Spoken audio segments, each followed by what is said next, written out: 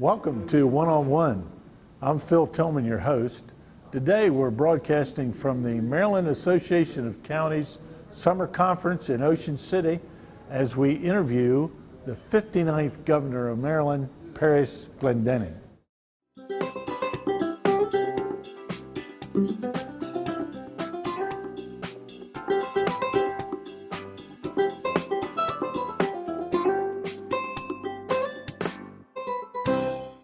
Good afternoon. Welcome to the MACo Summer Conference, a conversation with Governor Parris Glendening. It is my honor to welcome the Governor to our session today, and I'd like to welcome everyone to this particular session with a conversation. Phil Tillman of MACo County Public Access Channel 14 will interview our former Governor, Parris Glendening. This interview will be broadcasted on PAC 14 one-on-one television series. Your questions to the Governor are welcome. Please write them on the postcards provided and pass to Robin during the session. I'm pleased to introduce Governor Parris Glendening. Parris Glendening is president of Smart Growth America's Leadership Institute. In this role, he travels across the country and around the world advertising state and local governments on smart growth, transit, sustainability, land conservation, and stormwater management policies and practices. He also serves as president of the Governor's Institute on Community Design, a technical assistance program run in partnership with federal agencies, including the EPA. Parris Glendening served as governor of the state of Maryland from 1995 to 2003. Prior to being elected governor, he served 3 terms as elected county executive of Prince George's County, Maryland. He served as MACo president of Maryland Association of Counties and president of the Council of State Governments. He twice was named the Public Official of the Year by Glendening magazine, the first time as county executive and the second as governor, recognized his nationally acclaimed Smart Growth program. Without further ado, I will turn the session over to Phil. Thank you, Tom. Thank you, Mr. President. And welcome, Governor. Thank you. I've been looking forward to doing this. Since last year at MACo, I had the honor of interviewing Harry Hughes, former governor of Maryland. So this is a return engagement. And speaking of return engagement, this is not your first trip to a MACo summer conference. Not at all. Right. How many conferences do you suppose? You know, I was thinking about that, and I'm guessing it's 31, 32, because it was 20 years as elected official in Prince George's County, council and executive, and I did every year then, and 8 years as governor, and then several since then. So it's been 31, 32 years. It's been great, and I've really enjoyed it. I might, by the way, when you said on the interview with Harry Hughes, I was looking at that tape a little bit, and I noticed that he described you as the Larry King of the Eastern Shore in terms of your interview techniques. Well, I failed to live up to that, especially I don't have any suspenders like you, by the way Harry King did. Governor, you were elected from the Washington, D.C. area, probably the first governor we ever had from that background. You weren't the mayor of Baltimore. You weren't from the Baltimore area. Did that pose challenges for you when you were elected governor?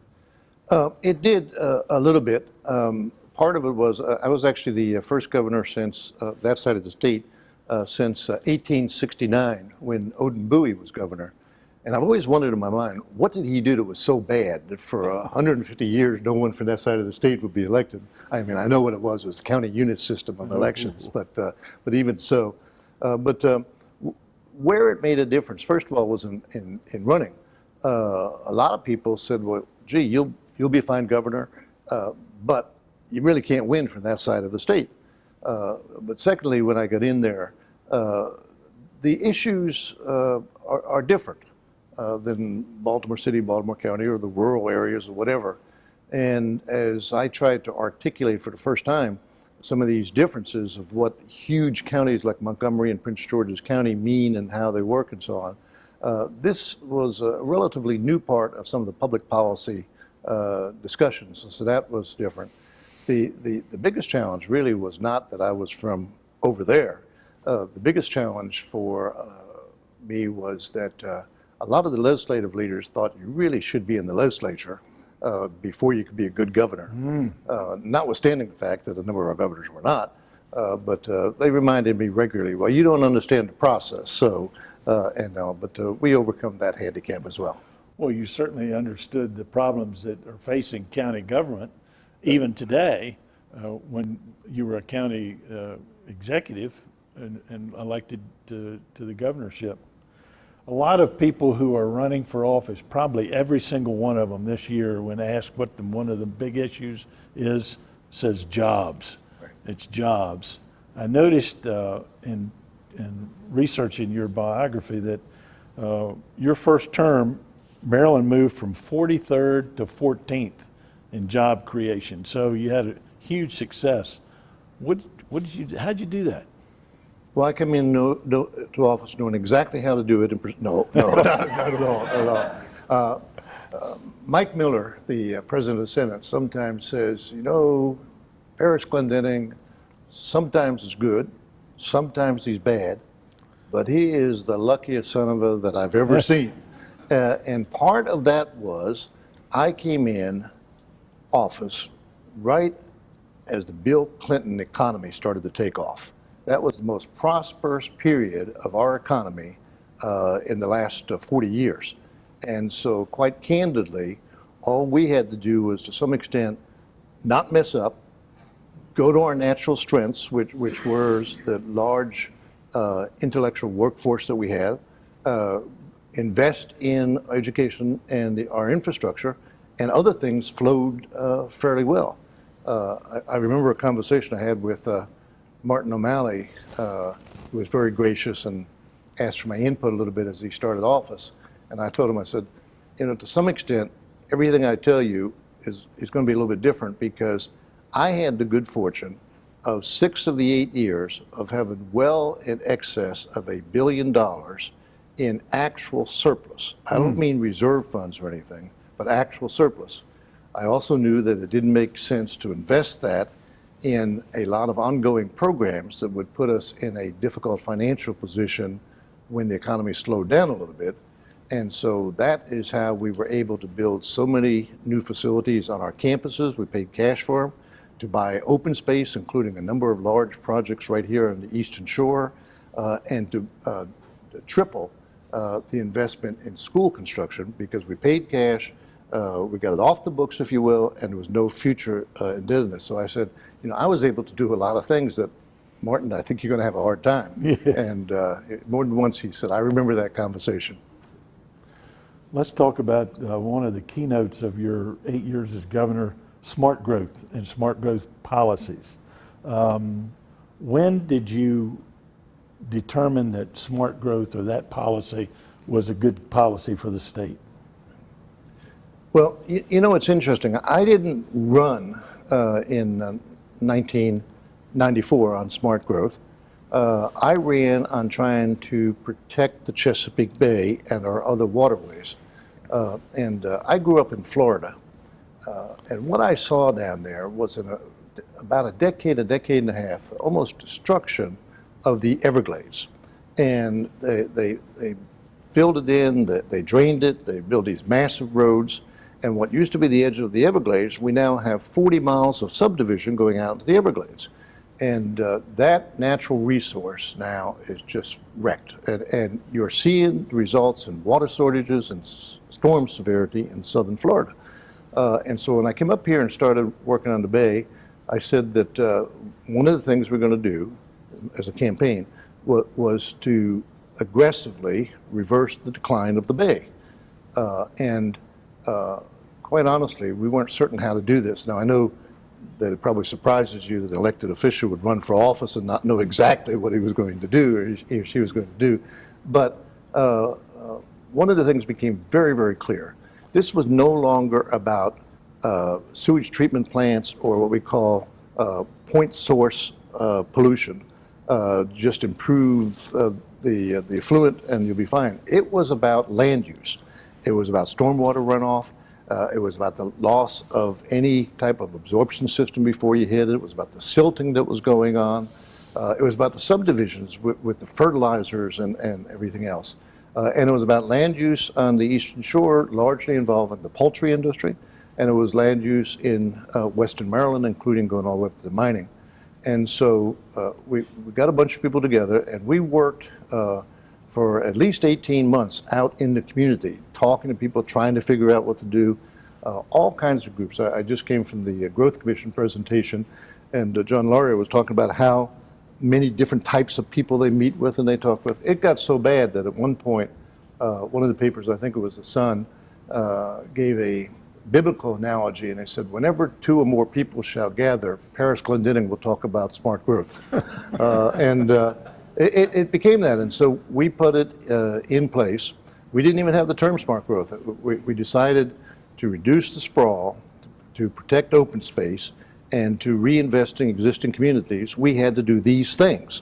And those things actually meant modifying, if I recall correctly, someplace in the neighborhood of 19 different sections of the state law: housing bills, transportation bill, budget bills, and so on. And we came to the conclusion that if we sent all these down to the legislature, legislative leaders might pick and choose and take one or two, but to get the whole package through, we needed to say, I want your vote on the package. And so we sat around in a conference room and said, what are we going to call this thing? And it was managed growth, it was directed growth, someone said smarter growth, and it dawned on me at that point, I said, well, wait a minute, if we're for smart growth, what are our opponents for? And as a result of that, that's where the name came about, and we started then moving aggressively thereafter. Let me just put one footnote maybe on the other end of this. I've got to tell you, as a matter of personal pride, but also pride in Maryland and the whole governmental process and in our citizens, that this little old state, and starting that concept, it has now spread all over the country. I speak, in fact, just last Friday, I was speaking in North Carolina on the relationship between land use and air quality. I was in Oregon on Tuesday, put a horse show for my daughter in between on the weekend. But I was in Tuesday speaking about stormwater management, green infrastructure stormwater management, and smart growth land use. I've spoken in Turkey, Australia, China, and they're all doing these same things. I mean, it's so startling to be in a place like China and hear translated and all sit in the middle, but smart growth. And to think that we were able to put a spark of new thinking out there that has resulted in so many changes in so many areas and spreading around the world is, with modesty, quite exciting, but with pride for my state. I mean, this little state has had a major, major impact on development processes in the world. I didn't mean to go on so much, but I love this stuff. Fine. Right. As you have taken this to other states, do you find that in those states there's the same type of resistance? Local government, we're talking here to an audience of local government people who, for the most part, are pretty proud of the fact and guarding of the fact that zoning and land use is their purview, not the state's. Sure. How do you implement a smart policy, a good policy on growth? And we have the Secretary of Planning right here today, not William Hall, that's your brother, but Rich Hall. Right. How do you do that without ruffling feathers, and how do you get people to buy Sure. into this? Well, one of the things I often say, and Tom, relative to your introduction, is I remember speaking in New Jersey before the New Jersey Association of Counties, and they're all sitting there looking at me like this and all, and I told them, I said, first thing I want to tell you is I spent 20 years as a local official and only 8 years as a state official. So my heart is with the local officials. And for you county people, I spent, actually it's 22 years counting Hyattsville. And for you county people, 20 years as a county official. So I understand, as one national figure used to say, I understand your pain. But we then tried to convert it, though. It is not about going any place. and selling smart growth or sustainability or transit-oriented development per se. It is about talking about the end product and what that end product means to the community, what it is you're trying to do. So, for example, I heard some of the discussion in a panel just a little bit ago from some business people that say, well, you know, this might pose hardship for business. I mean, a lot of rhetoric, but that's what they're saying. What we want to do is to make sure that businesses can actually do better by reducing cost and by making it more economically competitive. There's 91 million millennials coming online. I mean, there were only 78 million of baby boomers. There's 91 million millennials. The millennials don't want to live in the sprawl subdivisions at all. They like an area where there's a sense of place. And if you're going to be competitive and capture those shiny brights coming out of college, you've got to have this sense of place, and that's about economic competitiveness. When I was speaking in North Carolina, and they're going through a wave of relative conservatism right now, I told them, I said, listen, smart growth is about being conservative. Why are we going to build new roads and new water and sewer lines and new schools out there to accommodate a new subdivision when our existing area already has all that infrastructure in there? Let's just invest in that infrastructure. It's also about fairness. I mean, quite honestly, I do hear people come in and say, well, I have a farm and I have a buyer that wants to build it and put a subdivision there, and I have a right to do this. Well, that's a philosophical issue, I understand, and it's a zoning issue, a local decision. But what is the next thing that is always added? And we're going to need these additional roads, and we're going to need this water and sewer line, and we're going to need the school, and we want you, local government, to subsidize us so we can do that. Well, maybe you have a right to sell your farm, but you don't have a right to come to citizens elsewhere and say subsidize this somewhat needlessly. So we try to go through and all the questions that you just raised and not at all stick with our terms of smart growth or terms of what we're trying to do, but instead to think about the end product and how it affects people. When I was talking in Oregon last Tuesday, it's a conference called StormCon. It's a conference, I guess, 12, 13 years now, simply on dealing with stormwater management. And I was quite taken back and honored, really. There were over 1,000 people in the audience when I was speaking. But one of the things I was telling them is you may believe in global climate change or not. You may wonder what the causes are or not. But the issue is our weather is getting more and more severe. And I said, you know, just think of my little old home state. We had flooding in Hagerstown. We had flooding in Bethesda. We had flooding in Laurel. We had flooding in Bowie. And last week, the cars were floating away in BWI. Now, all of this is in about a 2 months' time. And you're getting these microbursts and everything else. And what we have to do is try to mitigate this. And one of the ways to mitigate it is to keep as much open space as absorption area and to better utilize the existing areas. As I always tell people in local government, you could have the biggest construction boom for the next 25 years that you've ever had and not take one more forest down or one more acre of impervious surface if you just reused and better used with mixed use and slightly higher densities the existing land. I mean, I think about Salisbury, for example. You walk around Salisbury, you could here, and there, in many cases it's just paved asphalt lots for parking. And so what happens the first storm? You get what we call the first flush. That 90% of the pollutants going into the water comes from that first flush. And why?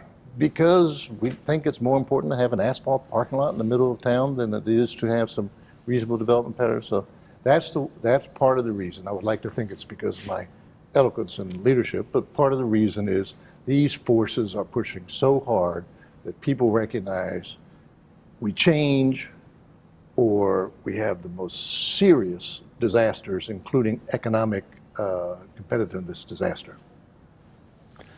Here's a question I'm going to ask for the audience in Salisbury and the 9 counties of the Eastern Shore of Maryland.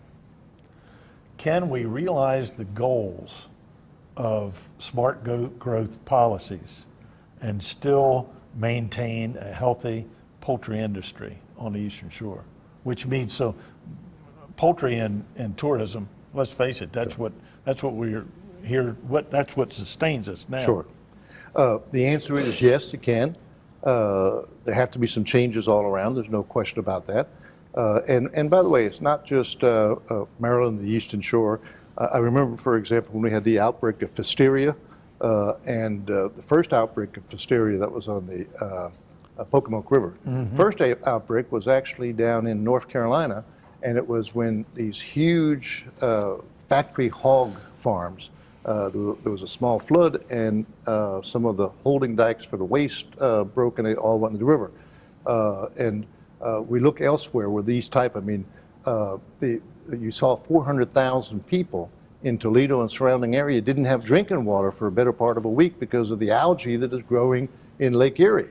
I was with some friends just this last weekend down on the mid-Potomac River, and as my daughter and I and our friends were going, and I guess my son was there too, right? As we were going across the river, we could see algae patches in the middle of the Potomac River. Now, what this tells me is, it's all, by the way, that all comes from the excess of nitrogen and phosphorus. And in today's world, most of that is agricultural source. We stopped the detergents, and we've done a number of other things in this and other states. And so it has to be done. Now, there are ways to do it. And what we ought to be doing is sitting at the table and not fighting one another, but saying, how are we going to do it? Part of it is the runoff, the so-called CREP system of having a small buffer between the streams and the creeks and so on. Part of it is limiting the amount of phosphorus that you're allowed to put on lands. Part of it even goes back to the waste disposal process and the chicken carcasses disposal process and all of that. Is it going to be easy? No. Do we want the Chesapeake Bay to turn into Lake Erie, where it's so covered with algae that we can't even swim in it and so on? I like to go out sometimes in our kayak, and we have a Anne Arundel County health alert that shows what parts of the bay are not safe for swimming on a particular day. And almost always after a good storm, not a massive one, but just a good rainfall, the following 24 hours, they recommend no swimming around. Now, for me, when I say no swimming, if I kayak with my daughter, her idea of kayaking is you paddle like crazy for maybe 10 minutes and then you, oops, I fell over, and go swimming. And so I know that she's going to be in the water. So that being the case, we have no choice. We must work together and get this fixed. Well, we're here in Ocean City, Maryland, and just last week there was an alert from Sandbridge, Virginia, which is a barrier island below Virginia Beach, that the waters of the ocean were polluted to the point where there was no swimming there. That's exactly at a beach, at a resort. That's right. I can't imagine Ocean City without being able to go in the ocean here. There's several international organizations, and they can tell you that there are dead spots in our major oceans that run as much as 100 miles. And it's no oxygen, it's just totally dead. And it's because of the pollutants or other areas where the currents have transferred, that masses of trash have come together in a way that they've almost formed these huge trash islands. And so, we have a serious problem in our big oceans. We have a serious problem in our bays, the Assateague Bay, the Chesapeake Bay, and we have a serious problem in our rivers. And no amount of saying local prerogative or whatever is going to fix that. And so what I urge is, I understand the challenge, I understand you were elected, but you sure don't want to be sitting here when the water supply is shut down because of algae, and people look at you and say, I can't drink in my own home, what have you done? Mm-hmm. And that's what I think we're really looking at. Yeah. Let's go back to 2000. The 2000 legislative session, the Sun papers declared it a slam dunk success for the governor. What were some of the slam dunk points of the legislation that was so successful in the year 2000? Now, I have a challenge in this because I was never too good on some of these numbers anyway. And so we're looking at 14 years ago, and some of the things may have been in different years. But I believe also that was the year that we got one of our anti-gun violence bills through. which I know some people that just don't want to hear anyone say anything about guns, no matter how many children are killed in schools or anything. Don't say anything about guns. But all that did was to say that you couldn't buy more than one handgun a month, which still gives you 12 handguns a year. I mean, how many handguns do you need, for God's sake? Required a limitation on some of the assault weapons. And I applaud Governor O'Malley for extending this even further. The second part, I think, was a significant strengthening of our smart growth program. Several additional things were adopted there.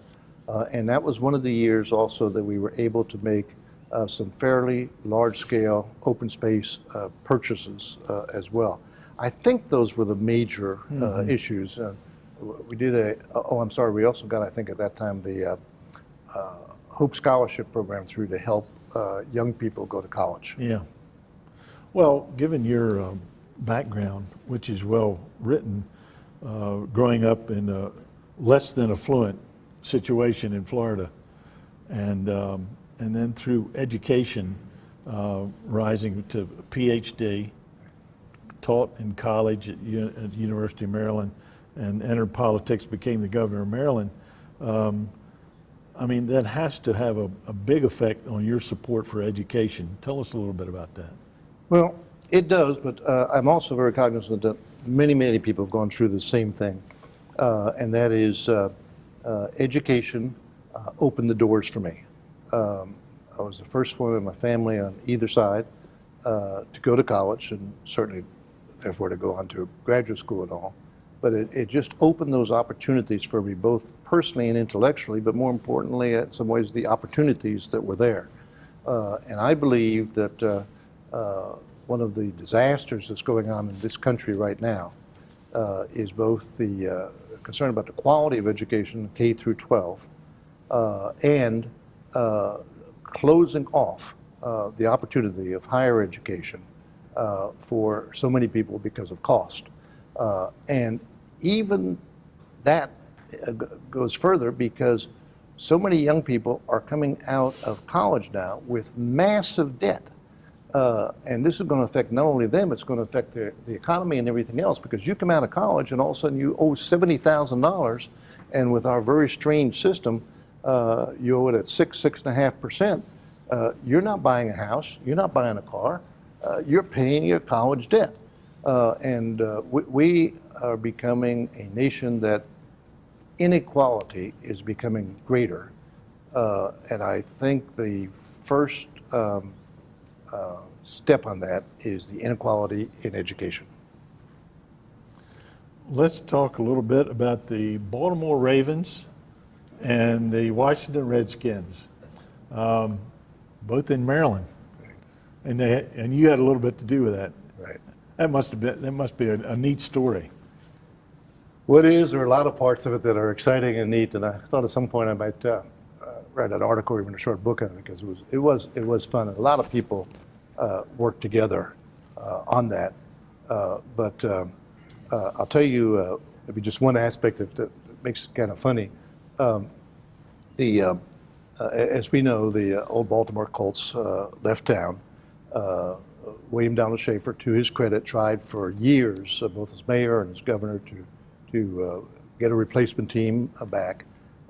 And again, quoting Mike Miller, I didn't think it would be a great scheme. I never even thought about recruiting an NFL team. I remember a couple of times in campaigning in Baltimore, someone would say, "Are you in favor of bringing back an NFL team?" What do I look like? I'm dumb? Of course I'm in favor, but what am I going to do? And so I had no plan on that.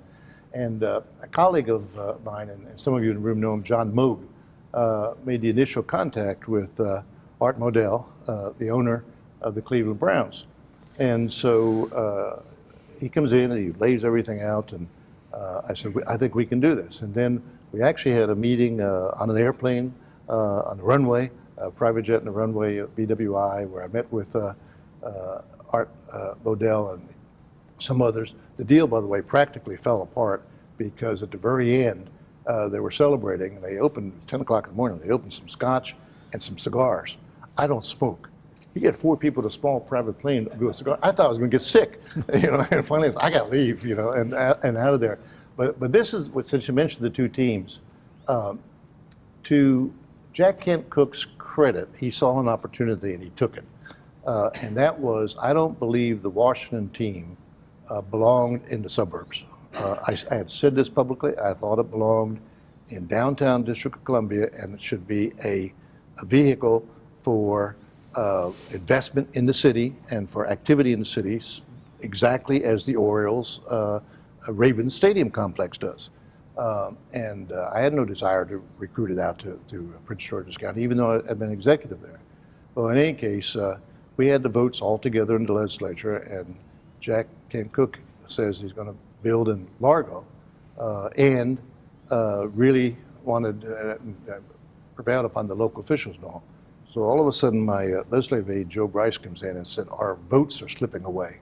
Well, what happened was a lot of the legislators in Prince George's County who had committed to the Ravens felt, and I understand this, that they couldn't vote for the Ravens with the state help to go to Baltimore if they weren't prepared to vote for the Washington team to go to Prince George's County. And so we had to compromise, a word that's not particularly popular these days, but we had to compromise, and we did put in some state money, particularly some transportation money to build the overpasses, the access there, and so on. And so we ended up, I ran not one thought about building a stadium, and we ended up building 2 of them and got 2 NFL teams here. But as a quick aside, if I might, the Washington team's location has indeed been a disaster in terms of any activities of traffic. I mean, you look at people trying to get in and out of there. The only thing you can do is tailgate a little bit after. There is nothing around it that you would go to as compared to the Ravens or the Orioles, where before a game, after a game, you walk down the street, you go over here, you take transit to it. I mean, all kinds of stuff. All of that is missing. I trust you subtly noticed I referred to it as the Washington team. I did. I noticed that. You didn't say anything about the Redskins. No, I did that not. name. You, Governor, were a longtime opponent of gambling in Maryland as a revenue source. The fact that it has passed and we're have revenues coming in, have you changed your mind on that? No, not really, although my approach has always been, don't try to second guess the people who succeed you in office. I think there is a tendency on some elected officials to say, oh, I would have done it differently.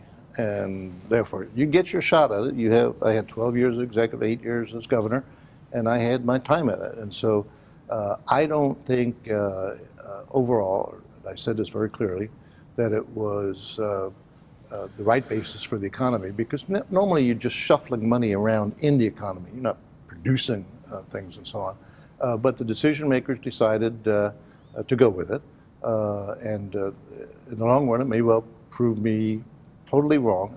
I've been wrong on decisions that I've made, and that may well be one of them. In fact, I have some good friends that are involved over at National Harbor, which is where the casino will be over there. I certainly wish them well, but my position was pretty concise. I mean, I had it, no slots, no casinos, no exceptions. That was the entire public policy of Maryland for 8 years, and it worked. Policies changed, and so I wish everyone involved well. I'm going to ask you to remember your lowest point personally and as a governor, and perhaps your highest point as governor, if you can remember those 2 instances, or maybe there's more than 2. Well, on the lowest point, I think just after I came into office, we had a couple of ethical issues come up. One was a carryover in terms of a retirement system from Prince George's County, and the other one was a fundraising issue with a person who had a contract with the state. neither of them were at the level that it was any ethical criminal violations or anything, but they were wrong. And I got hammered in the press on it, probably with a degree of fairness, but it was painful because we'd been through all of those years running a clean, ethical, professional government, and to have those two detract from the things we were trying to do, especially in our first 2 years there. We learned from it. We put far tighter controls on, and we went the remaining the 8 years with none of those type of problems. So I mean, I think that was the big difference. On the positives, I mean, there were so many, and I just really enjoy every so often, you know, someone will ask me and I think about them. The things that we were able to do, certainly the smart growth that I mentioned, you know, to this day still think it's amazing that we were able to do that and have such an impact on the entire country. But there were other things, the two gun bills, I mean, I think that's important. I believe lives were saved. Our major anti-tobacco, anti-smoking, both by way of tax and by regulation, have been tremendously successful. I remember one of those early battles where we proposed increasing the cigarette tax significantly. The president of the Senate said absolutely no way, his famous statement, dead on arrival. And I understand that he was from Clinton, and that's tobacco country, and in fairness, I mean, and I've been a senator for that area, that probably would have been my position. But what we ended up doing was saying we're going to commit all of the money to children's health care, prescription coverage, and that this amount of money would cover 79,000 children who do not have health coverage. And then we took this bottle of amoxicillin, I think it's called. I see my former wife back here. Amoxicillin, is that the right word, amoxicillin? We call the bubblegum medicine. And Raymond, who many of you know, used to get these terrible earaches. And he'd wake up at 4 o'clock in the morning, crying, screaming. And as soon as we got that bottle of amoxicillin, within a couple hours of taking this, the pain would stop and he would be better. And I traveled around the state with this poor old worn bottle of amoxicillin, saying 79,000 children are out there crying and screaming because they can't get this medicine. Now, hopefully they weren't doing it all at once, but eventually the pressure built up, and it wasn't pressure that says, gee, I really want that cigarette tax. It was, I really want this program funded. And Mike Miller called me in one day and said, all right, but because I had put that in the budget and the funding wasn't there for it yet. He said, all right, but don't do it that way again. And I said, all right. And so that's how, we ended up one of the very first states with a massive expansion of children's health, prescription coverage care, fully funded without any federal help. Now, since then, it's been phased in, thankfully, to the federal program. And I mean, I felt good about that. I felt knowing that, some child, it could have been in Talbot County, it could have been in Prince George's County, but some child was going to have that, and their mom or dad would be able to go down to the drugstore and get that medicine. Yeah. How about some memories of some humorous, something had to, well, you just mentioned Mike Miller was there. If he was there had to be something humorous happen. Oh, there's always interesting things with Mike. I like him and respect him, by the way, I really do. You have to know how to work with him, but he's a good person, he's an honest person, and so I respect him very much. Some different values, but I respect that as well. The funny incidences, one of them goes all the way back to the county executive day. My son Raymond was, I think, about maybe 5 years old, and the county had received an All-American City designation. Now, this is very rare for a county, and it was so important for Prince George's County because that's a good, solid county, but it has the misfortune of being wedged between two of the richest, most famous counties in the entire country, Fairfax County to the south and Montgomery County to the north.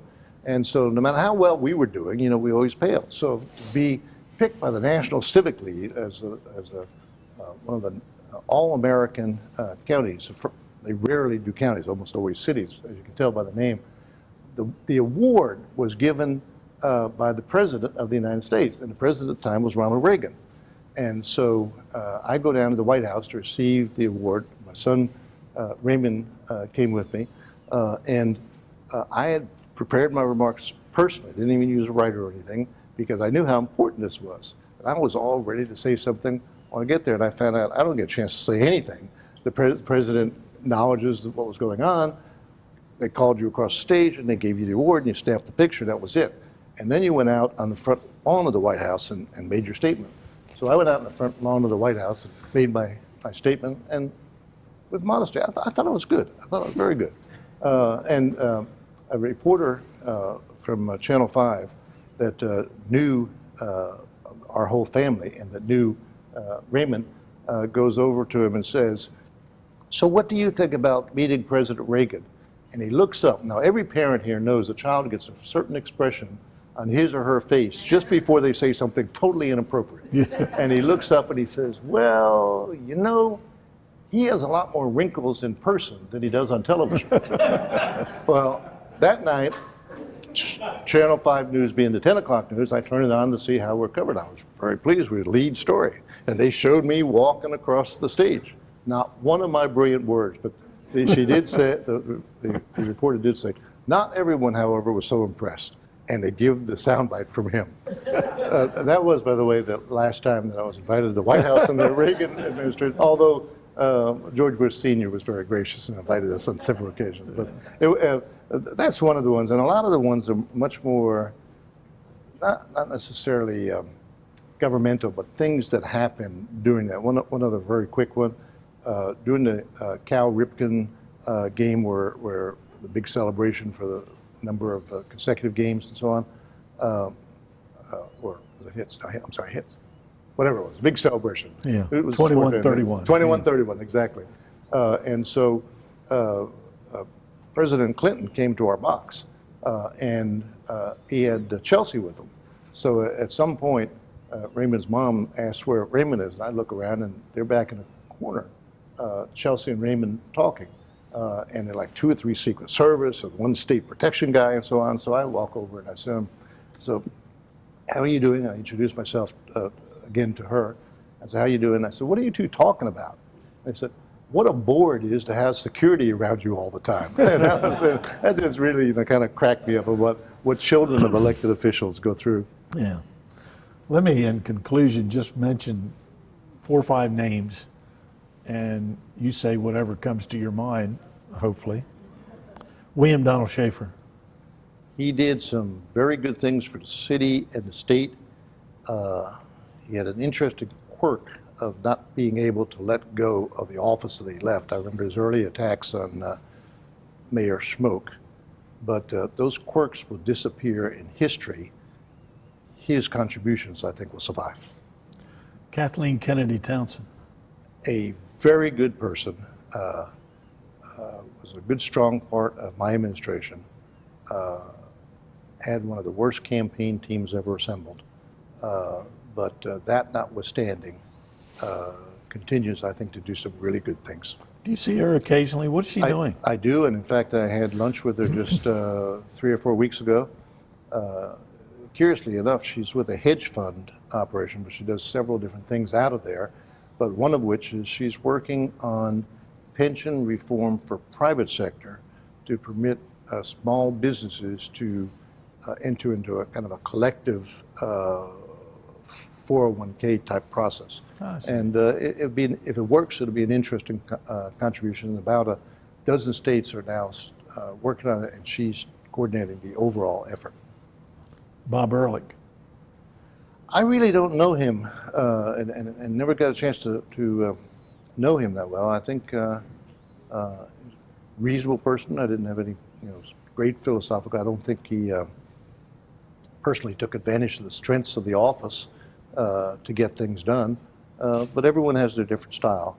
But I think history would say not too much happened during that 4 years, which, by the way, is not necessarily bad. Sometimes, when I used to teach at the University of Maryland, I would say after a series of activist presidents, like FDR, for example, and then Truman, and so on, you need a kind of go slow, let's think things through a little bit, like Dwight Right. Eisenhower. And so maybe, that was our Dwight Eisenhower, and you could be judged a lot worse than to be called the state equivalent Compared to there. him, Right. yeah. Louis L. Goldstein. To this date, I think one of the most beloved, not just politicians, but perhaps people in the state. He truly loved the state. But most interesting to me, he really, really loved meeting people. I won't even say politicking, because there was no border in that. Every event, every group, he would jump out. And my son was collecting these gold coins that he used to give out. And at one point, he had a stack of gold coins like that. And so a wonderful guy and a real loss. Paul Sarbanes. Probably one of the smartest elected officials that we've ever had serve us in this country, and probably one of the most genteel of U.S. senators, not just from this state, but in modern history. Marvin Mandel. Marvin was extraordinarily effective, and he was effective because as former Speaker of the House, he knew how to make the legislature work. And some of the great reforms, including we were the first state that brought all the transportation facilities, the port, the airport, the bridges, the rails, and all under one decision-making. And that was a tough, tough job. We led the entire country in doing that, and that was because of his contribution. Sadly, those great contributions were wasted by other events later in his administration. Obviously, I'm not going to mention the two sitting United States senators, but let me ask you, Harry Hughes. I'll finish up with that last one, Harry Hughes. Harry Hughes, I think, may well be, I shouldn't say may well, by far the most underrated, underappreciated governors of modern times. When the state had a number of ethical challenges, he just jumped in there and shone like a light about what should be done. When he understood what needed to be done in terms of transportation and rail investments, and from my perspective, he took the first big step on environment by creating the critical areas process. But most importantly, it wasn't just the critical areas of protecting the first 100 feet or 1,000 feet. It was saying the state has a legitimate role in helping lead, direct local governments to make the right decision, because it is in the state interest to protect the bay, to protect the Potomac, to protect our groundwater. And so therefore, yes, you make the decisions, but the state is in there. It was a lot easier for William Donald Schaefer to come in with his statewide plans, and a lot easier for me to come in with smart growth, because we were all standing on the shoulders of Harry Hughes. Well said, thank you. Now we have a question from Gary Hodge, and he's written a 37-paragraph question here. Does that surprise anybody, Gary? And he's talking, Governor, saying that you played a decisive role in the transformation of the short-term Maryland, and I can't read a lot of this, but he's talking about Pax River, Right. and he's also talking about the Tri-County Council in the three lower shore counties of Right. the Western Shore. Sure. And the question was, though? Who knows? Would you say that, did that? It was really intended to be a compliment Oh. to your leadership Sure. in Southern Maryland Thank you. during a critical time where the state partnered with the Tri-County Council and the three counties and transformed the future economic opportunities in the region. Well, Gary, first of all, thank you. And of course, you were so central to those decisions as well, and we all appreciate that. Although I will tell you, in my mind, if there was one person by far that did it, was Congressman Steny Hoyer. We'd come up with these great plans and so on, and Steny came up with the money. And also, this was not just about protecting the Patuxent Naval Air Facility. It transformed that facility into a major research intellectual center, not just a bigger or expanded military base, but a huge change from that perspective. The difference, though, and I think this is a lesson for all of us, we were successful, Gary, as you're correctly saying here, because the region cooperated. The region worked together, and the business sector got together with the elected officials and the community leaders. And that was about as unified effort in response to a really big challenge as I have seen. And I would suggest with modesty that on some of these other issues that are facing us, if we could get that same type of regional and cross-sector collaboration, we could have those same great success. The 8,000 people, by the way, that came to the Pax River base, the average salary was twice the salary of all of Southern Maryland at that time. Wow. And you put 8,000 people at that level, drop them right in the middle, and you're talking some real success. Well, thank you for the question, Gary. It's nice to see you. I haven't seen you in 20 years, I think. This question has to do with the inter-county connector. It says, Governor, have you ever utilized the inter-county connector? If so, what is your current reaction to that 18-mile costly road, which you took action to halt its construction? Right. First of all, I've never used it. Do not suspect I ever will. Again, going back to the philosophy of, you make your decisions and you stick with them. I did. In fact, we had removed it from the plan and so on. The next governor restored it and started the construction, and Martin O'Malley finished it up. I think of the over $2 billion and how it could have been used elsewhere in the state for transportation needs. And most importantly, and a lot of people don't understand this, but that it was funded in large part by Garvey bonds, which people say, well, what in the world is that? That means you're obligating your future federal revenues to repay these bonds.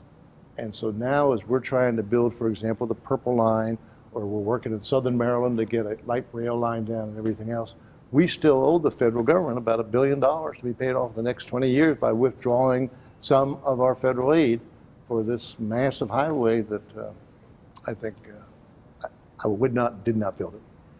Here's a good question. Tell us one issue or item that you wanted to address that you regret not being able to. I think twofold on this. One was the quality of education in some of our most pressed jurisdictions, both rural and urbanized. It's just so tough to do it at the state level. We tried to increase the resources considerably, and we certainly made major improvements on the physical facilities, including so many schools around here in the Lower Shore. But we are losing the international competition for quality of education. And when we lose that, we'll lose our economic competitiveness. So that part bothers me. The other part, I just wish we had had more success. We did some expansion of transit, but we could not get, just as President Obama is trying to do now and can't seem to get it going nationally. But I mean, I work around the world, and I was in China where they're doing 100 high-speed rail lines all at one time that asked me to come in and work with the national government on this. And yet, I have a vision for Maryland. I mean, I see, for example, in the Washington suburb, the Purple Line, several other small expansions that are underway right now in both Northern Virginia and the District of Columbia. I see a light rail, I see the connection of Metro across the Woodrow Wilson Bridge. We built it so it would withstand it, connecting with Northern Virginia. I see a light rail line running all the way down to La Plata or further, connecting with the DC Metro. And I see a substantial enhancement of the Baltimore-Washington corridor mass transit and 2 additional lines in the Baltimore area. This is going to take money. There's no question about it. And the problem is right now our federal partner is gone. We owe them $1 billion. And I just have this feeling that we weren't able to get enough people excited that they were willing to say, this is going to make a huge difference. I will tell you this, the states that are doing this, though, and some of them are, the states that are doing this are going to face the coming fuel cost crisis in a dramatically effective way. And I believe there should be and I said this when I was county executive, a light rail line running from New Carrollton Metro Station right down Route 50 through major stops like in Bowie and coming to Annapolis. Route 50 was already there. So instead they added 2 more lanes, and we now have 10 lanes across, and the biggest parking lot at 8:30 in the morning that you can see. Yeah.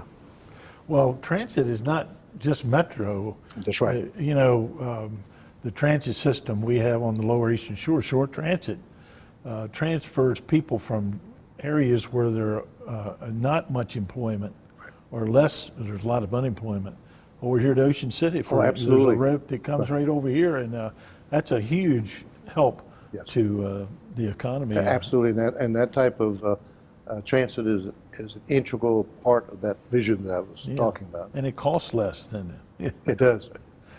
Governor, what would you like to say in conclusion? I think more than anything that I feel very fortunate. I have a wonderful son and a wonderful daughter. I feel that come from my background to be able to have these positions, but most importantly, I just feel fortunate because working with a lot of people, we were able to do things that I think has made a difference for individuals and made a difference for the state. I also feel fortunate that I'm continuing to successfully carry the battle elsewhere. Well, you look great, and you still talk great, and let's give a hand to Governor Glendening. Thank you. Thank you. Well, I appreciate it. Thank you so much. Very well done. Thank you.